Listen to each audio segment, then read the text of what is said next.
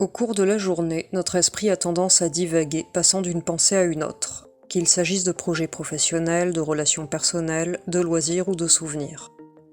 Cependant, ces divagations sont fréquemment interrompues par nos interactions avec le monde extérieur. Lors de nos moments d'éveil, notre conscience oscille entre la réflexion intérieure et l'attention portée à notre environnement. Ce mouvement constant entre ces deux états mentaux, l'un interne, l'autre externe, joue un rôle crucial dans le fonctionnement optimal du cerveau. Cette alternance semble même être une composante fondamentale de la pleine conscience.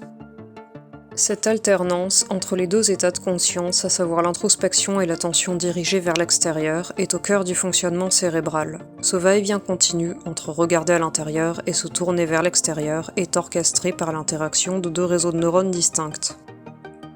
Le réseau du mode par défaut.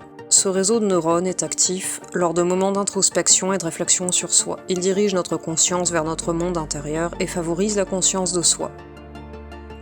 Le réseau d'attention dorsale oriente notre attention vers le monde extérieur, permettant ainsi une conscience accrue de notre environnement. Bien que le passage d'un état mental à l'autre soit rapide, il ne se fait pas de manière abrupte, mais plutôt par un équilibre en fluctuation constante entre ces deux états de conscience. Ce phénomène est décrit comme une corrélation inverse, indiquant que l'augmentation de l'activité dans un réseau entraîne une diminution dans l'autre réseau. En résumé, pour passer d'une forme de conscience à l'autre, par exemple passer d'une rêverie à l'attention focalisée sur un bruit soudain, le cerveau traverse plusieurs états intermédiaires dans cet équilibre dynamique. L'alternance entre les deux réseaux neuronaux revêt une grande importance pour la conscience humaine. Cette alternance constante de l'attention entre le monde extérieur et le monde intérieur semble être une caractéristique fondamentale de la conscience. Une étude a même démontré que les réseaux du mode par défaut et d'attention dorsale s'activent à peine chez les patients sous anesthésie générale ou dans un état végétatif. Cela indique que l'inactivité de ces deux réseaux neuronaux est commune à toutes les formes de conscience diminuée. Par conséquent, on peut en déduire que l'activité du réseau du mode par défaut et du réseau d'attention dorsale joue un rôle crucial dans la pleine conscience.